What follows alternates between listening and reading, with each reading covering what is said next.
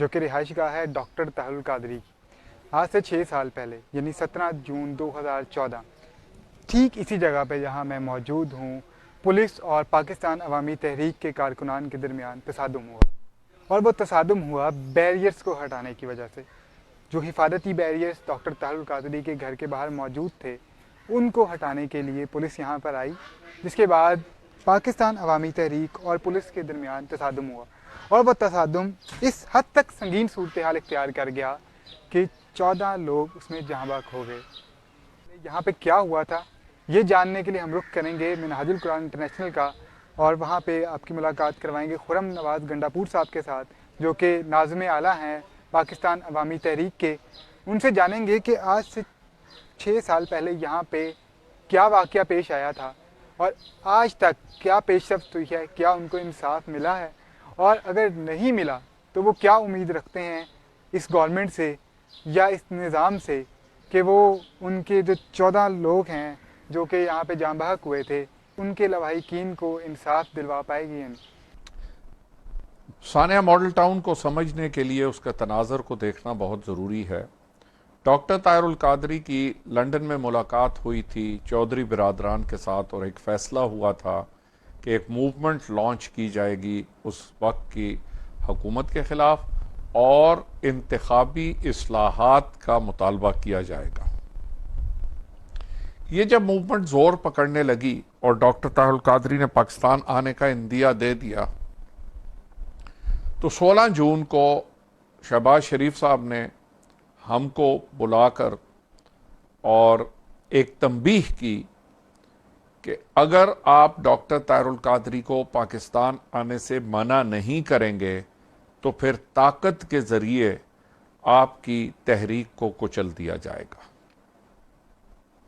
17 जून के दिन ये बहाना बना के कि हुकूमत इन इल्लीगल बैरियर्स को हटाने जा रही है, जो कि सरासर गलत था और जिसका के स्टे ऑर्डर आज तक अपनी जगह पे कायम है। ये बैरियर्स हुकूमत के लाहौर हाई कोर्ट के हुक्म पे लगाए गए थे।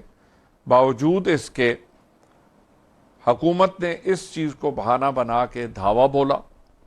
यहाँ ऑपरेशन, आप हैरान होंगे कि जो छोटू गैंग के खिलाफ ऑपरेशन हुआ साउथ पंजाब में, उससे डबल पुलिस नफरी लाहौर मॉडल टाउन में लाई गई। 42 थानों के SHOs और अहलकार इस ऑपरेशन में उन्होंने शिरकत की। 1000 से ज़्यादा अहलकार थे और नहते शहरियों के ऊपर उन्होंने पहले टीयर गैस फेंकी। उसके बाद जब उन्होंने देखा कि टीयर गैस के ज़रिए से ये मजमा शायद मुंतशिर ना हो सके, तो फिर सीधी गोलियां चलाईं, जिसके नतीजे में 14 लोग शहीद हो गए, जिसमें 2 ख़वातीन, जिसमें से एक खातून हामिला भी थी। ये सब के सब यहाँ मार दिए गए और तकरीबन 100 के करीब मजमूई तौर पे लोगों को गोलियां लगी, जिनमें से कुछ लोग ज़ख्मी हुए और कुछ शहीद हुए। हुकूमत ने जुल्म यह किया कि खुद ही ये सारा कार्रवाई की, खुद ही FIR दर्ज कर दी। जब हम FIR दर्ज करने गए तो पुलिस ने कहा कि आपकी FIR तो दर्ज हो चुकी है इस वकूए के बारे में और दूसरी FIR दर्ज नहीं हो सकती। हम सेशन कोर्ट में गए 22A की दरख्वास्त लेके। सेशन कोर्ट ने ऑर्डर किया प्रोविंशियल गवर्नमेंट को, लेकिन प्रोविंशियल गवर्नमेंट ने सेशन कोर्ट की बात नहीं मानी। उसके खिलाफ वो अपील में चले गए हाई कोर्ट में।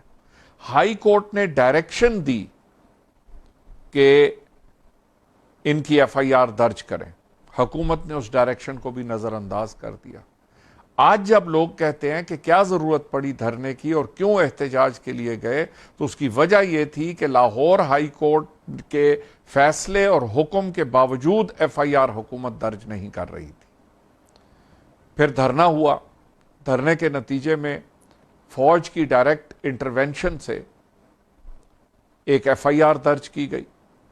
आज तक उस FIR पे कोई इंडिपेंडेंट इन्वेस्टिगेशन नहीं हो सकी।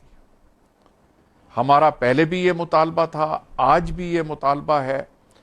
फिर जब बिस्मा बेटी, जिनकी वालदा और फुफो फौत हुई थी, उन्होंने एक दरखास्त दी। सुप्रीम कोर्ट के चीफ जस्टिस ने खुद वो दरखास्त वसूल करके सुओ मोटो नोटिस लिया। जब सुओ मोटो नोटिस लिया और ये बात 3 रुकनी बेंच ने सुनी, फिर जस्टिस साकिब नसार ने कहा कि 5 रुकनी फुल बेंच ये सुनेगा। जब फुल बेंच में ये दरखास्त सुनी गई, पंजाब हुकूमत ने एग्री किया कि एक नई जेआईटी बना देंगे। वो नई जेआईटी बनी, उसमें हमारे तमाम गवाहान और पुलिस और पॉलिटिशियंस सारे के सारे उस जेआईटी में पेश हुए। 80% काम अपना जेआईटी मुकम्मल कर चुकी थी। उस वक्त लो रैंकिंग 2 पुलिस ऑफिसर, 1 सिपाही और 1 असिस्टेंट सब इंस्पेक्टर गालिबन, उन्होंने दरखास्त दी और स्टे ऑर्डर हो गया और वो स्टे ऑर्डर आज तक चल रहा है।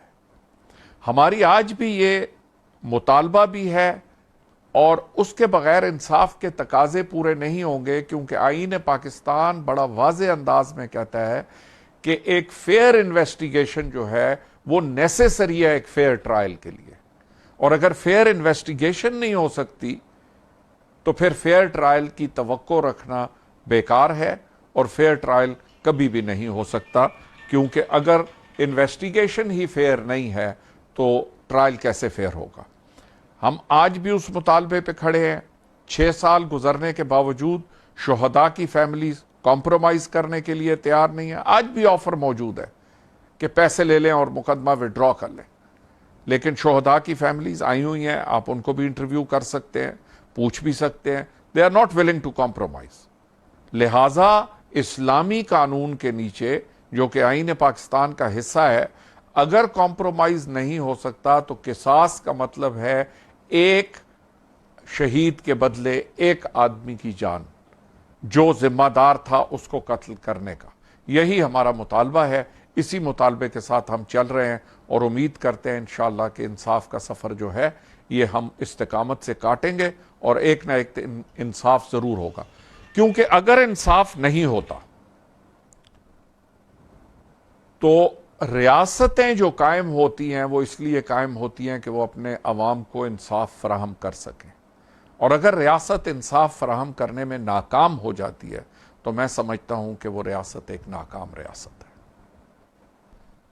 हमारी तहरीक इंसाफ से कोई इमरान खान साहब की और डॉक्टर ताहिरुल कादरी साहब की कोई मुलाकात नहीं हुई, और ना ही हमारी उनकी टॉप लीडरशिप से इन 2 साल में इमरान खान साहब से कोई हमारी मुलाकात नहीं हुई। लिहाजा उनकी क्या सोच है ये तो हमारे इल्म में नहीं है, लेकिन ऑन द ग्राउंड जो कुछ हम देख रहे हैं तो हुकूमत की तरफ से किसी किस्म का कोई ताउन नहीं है। रहा सवाल, आपने कहा धरना इकट्ठे, तहरीक इंसाफ अपने एजेंडे पे धरना देने गई थी। हाँ, ये बात एक हकीकत है जिसका एतराफ़ इमरान खान खुद कर चुके हैं कि 30 और 31 अगस्त की रात को इमरान खान साहब की जान बचाने वाले हमारे नौजवान थे, क्योंकि उनके अपने नौजवान उनको छोड़कर भाग चुके थे। और ये बात इमरान खान ने खुलेआम एतराफ़ किया है कि मेरी जान पाकिस्तान अवामी तहरीक के वर्कर्स ने बचाई। हम तवक्को ये रखते थे कि उनको इस एहसान का पास होगा। उनका अपना ज़मीर है, उनका अपना खुदा पे जो भी यकीन है। हम अल्लाह पे यकीन रखते हैं कि अगर वो हमारे साथ इंसाफ नहीं करेंगे तो अल्लाह उनके साथ ज़रूर इंसाफ करेगा। ये हमारा यकीन कामिल है, मेरा यकीन कामिल है, क्योंकि शुहदा और ख़ुसूसन निहत्ती ख़वातीन, उनकी फरियाद कभी ना कभी सुनी जाएगी। अगर इस दुनिया में नहीं सुनी जाएगी तो इंशाअल्लाह अगले जहान में सुनी जाएगी, और जब अगले जहान में इंसाफ होगा वहां कोई किसी को बचाने वाला नहीं होगा, कोई ताकतवर नहीं होगा, हर कोई एक बराबर होगा, और इंशाअल्लाह ताला हम मुकदमा लेके वहां भी खड़े होंगे।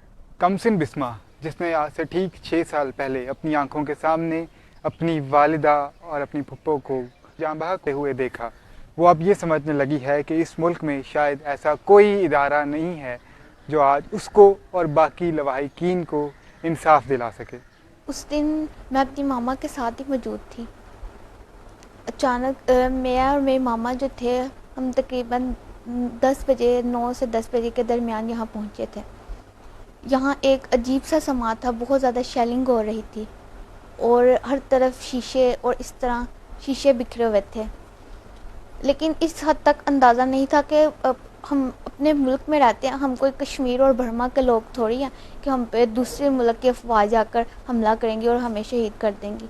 हमें इस हद तक अंदाज़ा नहीं था कि हमारे मुल्क के जो नाम नहाद मुहाफिज हैं वही हम पर गोलियां चला देंगे।